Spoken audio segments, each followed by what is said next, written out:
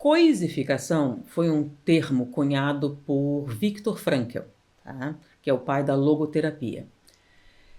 A coisificação, ele dizia que era um comportamento em que a pessoa, por exemplo, ele descrevia que um dos sinais da perda de sentido, porque a logoterapia é terapia do sentido, então a ausência do sentido tinha vários sintomas e sinais, e um deles era um aumento muito grande da quantidade de relacionamentos, tá? Sem qualidade. Então aumentava a quantidade, diminuía a qualidade.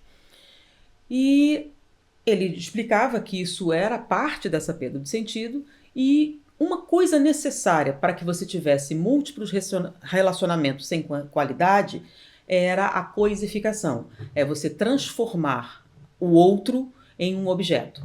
Então, quando você transformava o outro em objeto, por exemplo, a mulher descartável ou relacionamentos descartáveis, somente quando você tinha esse processo é que você era capaz de usar alguém e descartar sem ligar para os sentimentos. Lembrando que nós temos um mecanismo para impedir que nós sejamos cruéis, estudado por Simon Baron-Cohen, que é a empatia. Então, como é que alguém pode usar pessoas e descartar assim, sem que ele tenha nenhuma reação?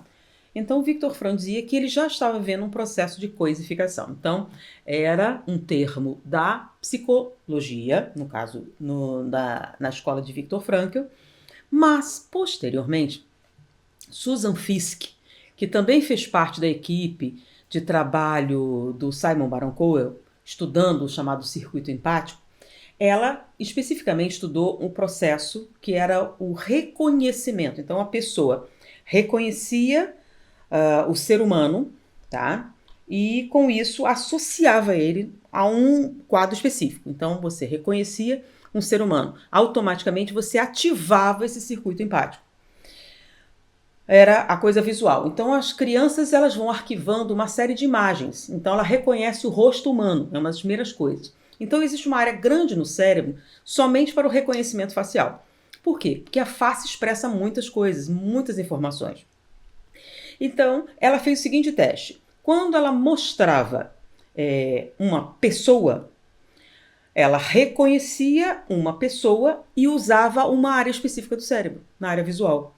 Só que quando ela mostrava um objeto, é a mesma visão, o mesmo processo inicial de visão, porém o reconhecimento usava outra área. E ela percebeu que isso acontecia sempre que uma face humana era mostrada. Em qualquer circunstância. No momento em que a pessoa identificava um ser humano presente na foto, no desenho, ela ativava uma determinada área do cérebro, que não acontecia quando era um objeto. Então, botava objetos, diferentes objetos, cores, próximos, etc. Mas somente quando um ser humano era reconhecido, essa área ativava.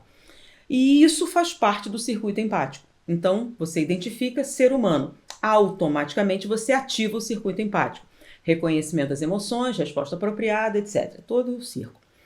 Porém, ela verificou um outro problema. Ela não, Philip Zimbardo principalmente. Aí nesse caso um outro tipo, que era na psicopatia, né? Ele notou o seguinte, pessoas com determinadas anomalias, quando elas reconheciam o ser humano, não ativava o circuito empático, no caso do psicopata. E da Susan Fiske, ela reconheceu o processo descrito por Frankl chamado coisificação, que é o seguinte. Olha o que Zimbardo fez.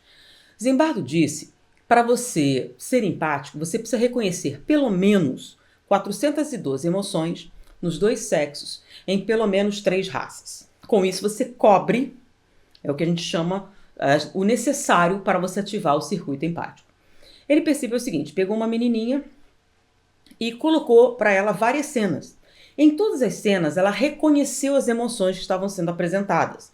Então ele está com raiva, ele está com medo, isso e aquilo. Então ela reconheceu. Isso daria, por exemplo, dentro de um ranking, um alto grau de empatia. Porém, acontecia algo muito interessante. No momento em que a mesma cena descrita trocavam os aspectos raciais, a criança deixava de reconhecer as emoções. O que ele está sentindo? Não sei. O que ele está sentindo? Não sei. Por que você não sabe? Não sei, eles são empregados. O que aconteceu? Alguma coisa fez com que o circuito empático não fosse ativado. E aí, Susan Fiske percebeu que em determinadas circunstâncias, quando você olhava a face humana, você não ativava o circuito especial. Você usava o mesmo das coisas. Então, por exemplo, aquela menina, quando olhava uma determinada raça, ela ativava.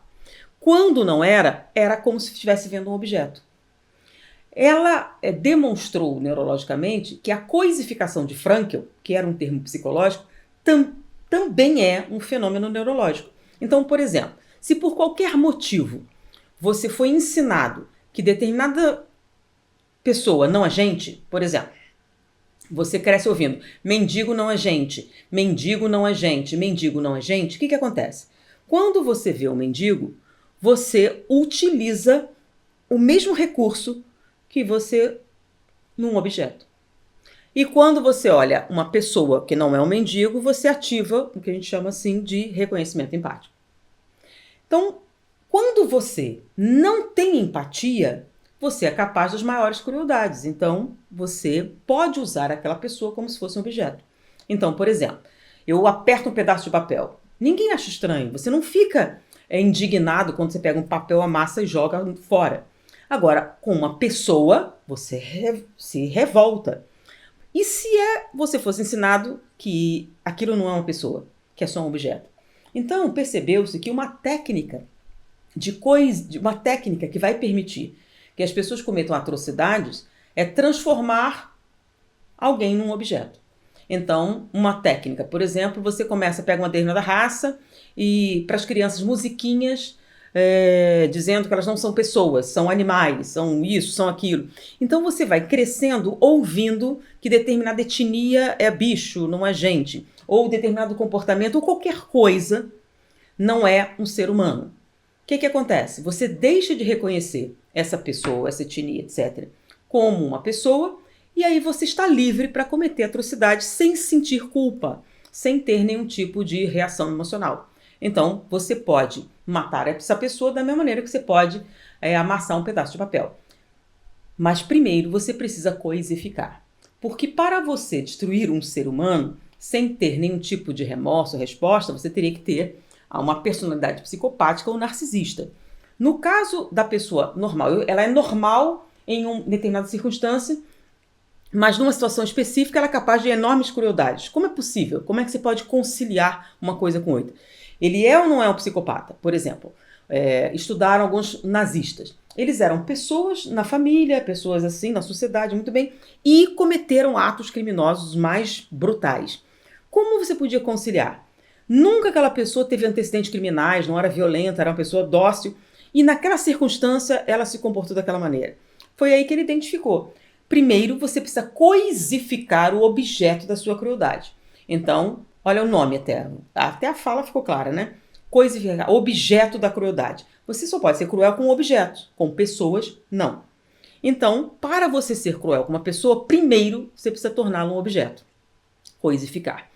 Você pode fazer isso de maneira educacional, na infância, né? Olha, mendigo não é gente, isso aí. E você cria uma série de repetições até que, toda vez que você olha para aquela criatura, você ativa o circuito dos objetos e não das pessoas. Então, é assim. E as crianças? Como é que a gente faz para evitar que elas sejam cruéis ou desenvolvam uma personalidade narcisista ou psicopática? Philippe Zimbardo, que foi um dos participantes desse projeto com relação à ciência do mal, ele diz que você precisa, da mesma maneira que você alfabetiza a criança para aprender a ler e escrever, você precisa alfabetizar emocionalmente. Mas espera aí, isso não acontecia antes. Por que hoje estamos falando de alfabetizar emocionalmente? É que antes essa alfabetização acontecia naturalmente. Nós tínhamos núcleos familiares muito grandes, a criança convivia com muitas pessoas, havia uma promiscuidade muito intensa. Hoje não, hoje nós temos famílias unicelulares, as pessoas ficam muito separadas, a convivência social é muito limitada. Então, por exemplo, a criança não sai de casa, ela não anda sozinha na rua. Lembra? No passado distante, a gente ia na pracinha, ia na casa dos amigos. As crianças eram livres para andar. Hoje é perigoso. Então a criança fica restrita. Então ela está em casa e você que tem que levar ela no lugar, você leva lá no colégio, leva no cursinho, leva isso, leva aquilo. Ela tem uma vida muito restrita. Ela não tem convivência social livre. Ela tem amigos virtuais. mas isso impede você desenvolver esse reconhecimento. Que o reconhecimento, por exemplo, ele é tridimensional, tem a postura, tem a inflexão de voz, tem uma série de coisas que você perde quando você tem convívio exclusivamente virtual. Então, antigamente, isso acontecia naturalmente. Como hoje a criança não está tendo a convivência social necessária para desenvolver esse circuito empático, então você vai ter que fazer isso intencionalmente. Então, o que seria a alfabetização emocional? Segundo Zimbardo, a criança, para desenvolver o circuito empático, tem que reconhecer pelo menos 412 emoções. E olha só, não é só reconhecer a emoção, ela tem que ver essa emoção, vamos lá, dos dois sexos. Por que nos dois sexos, homens e mulheres?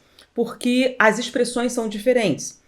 Por que em mais de uma raça? Para não haver a coisificação. Então, várias cores de pessoas. Ela tem que reconhecer as pessoas e as emoções que as pessoas sentem. Uma vez reconhecendo as emoções que as pessoas sentem, ela vai então aprender uma resposta apropriada. Então o Zimbardo, ele desenvolveu, por exemplo, tem várias técnicas, mas aqui ele desenvolveu um programa de computador onde você tem bonequinhos que representam aquelas emoções. Então, por exemplo, tristeza, e o bonequinho representa tristeza. E a brincadeira, a criança, o que ele está sentindo? Isso. O que ele está sentindo? Aquilo. Aí eles vão aumentando a complexidade. Mais de um bonequinho. Ele está com medo daquele. O que significa? Aí, as interações sociais. Você está aprendendo, né? Aprendendo, assim, de propósito, no programa de computador, coisas que você deveria aprender naturalmente. Mas já que não acontece, nós vamos fazer intencionalmente. Então, a criança aprende sobre interações sociais, reconhecer as emoções, para desenvolver o que a gente chama de inteligência interpessoal. Tá? Então ela vai reconhecer as emoções, as dinâmicas, etc. E o Zimbardo desenvolveu um projeto chamado Projeto Herói Imaginário. O objetivo desse projeto foi conter a violência em colégios, em crianças. E nesse projeto Herói Imaginário, ele apresentava, primeiro ensinava sobre as emoções, depois ele falava dos heróis. O que é um herói, como é que se comporta um herói, com a ideia de que a criança desenvolva essa estrutura emocional que permita uma interação mais saudável. Então, esse é o projeto Zimbardo. Foi um sucesso, ele fez o teste num colégio em Los Angeles e teve uma redução drástica da violência, isso sem grandes investimentos, sem mudanças violentas, apenas com um jogo de computador e com filmes, interações muito simples, nada muito mirabolante e com efeitos muito significativos. Bom, mas se estamos falando de um processo pessoal, por exemplo, como a gente vai alfabetizar nossas crianças? As crianças precisam de convivência. As pessoas querem preservar a criança do sofrimento, né? Não quero que ela veja coisas ruins, não quero que veja feia, não veja sofrimento humano. É mais ou menos como impedir a criança de engatinhar para não se sujar. Então, se você não permite que a criança engatinhe, ela não vai desenvolver a motricidade. Se você não permite que a criança tenha contato com objetos, ela não vai desenvolver a imunidade. Se você não permitir que a criança reconheça a existência do sofrimento humano, ela não vai se preparar para lidar com ele. Então, muitas vezes, tentando preservar a criança do sofrimento, você incapacita-a. Você a torna incapaz de lidar com o sofrimento, que é uma realidade do ser humano. A frustração faz parte da nossa vida. Então, a felicidade não é a ausência de frustração. A felicidade é a capacidade de lidar com as frustrações e superá-las. Então, alfabetizar emocionalmente a criança é permitir que ela reconheça, é claro, dentro da sua proteção, a realidade humana. Então, ela tem que saber que existe sofrimento, que existe morte, que existe dor, que existe angústia, existe medo, existem várias coisas. Então, imagine que você cresce numa redoma, você nunca viu o medo, nunca viu o sofrimento, nunca viu a dor, você não está preparado para responder. Então, você simplesmente não reconhece as emoções. Então, alguém que cresce privado de qualquer convívio com o lado negativo da vida, desenvolve uma personalidade narcisista, muitas vezes, ou psicopática, por exemplo. Crianças que simplesmente não reconhecem o sofrimento no outro. Então, elas são cruéis e não têm limites. Por quê? Porque o que dá limite é a empatia. Ela não tem empatia, então não tem limites. Então, nós precisamos rever determinados conceitos com relação a preservar os filhos. Você está ajudando ou está prejudicando?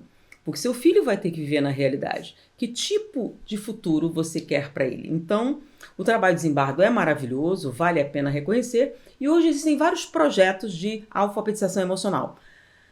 De novo, nós precisamos de um projeto de alfabetização para as crianças?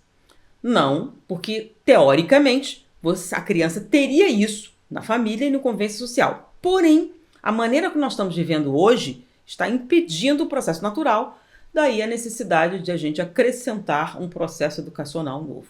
Bom, espero ter sido útil, essa é a ideia.